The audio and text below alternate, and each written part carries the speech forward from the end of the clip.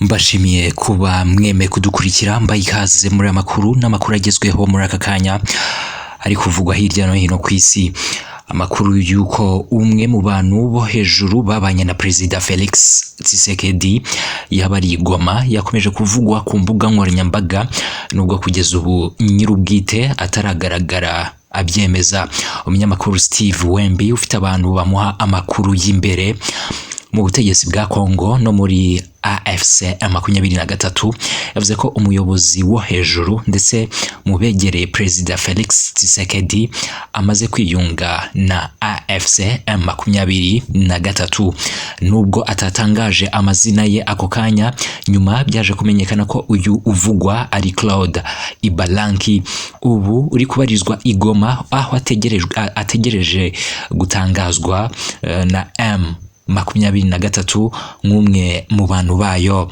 Nyamuhombeza Ombe ukunze kugaragaza ibitekerezo birwanya AFC M23 nawe avuga ko Claude Ibalanki yari umuntu wa hafi wa Perezida Felix Tshisekedi akaba akomoka mu ntara ya Bandundu.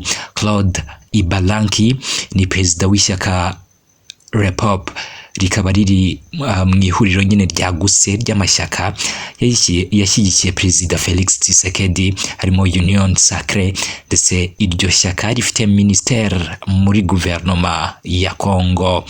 Uyu mugabo wabaye ambassadeur wihariye wa Perezida Felix Tshisekedi yakunze kugaragara mu biganiro bigamije gushakira igisubizo ibibazo biri mu burasirazuba bwa Kongo, ndetse Perezida Felix Tshisekedi yamushinze gukurikirana ishyirwa mu bikorwa ry'amasezerano. Claude Ibalanki yabakurikiye uwitwa Denise Dusaushoy nawe weruse kugaragara i Goma ndetse agasaba imbabazi ko yakoreshejwe mu kwirakiza amagambo y'urwango.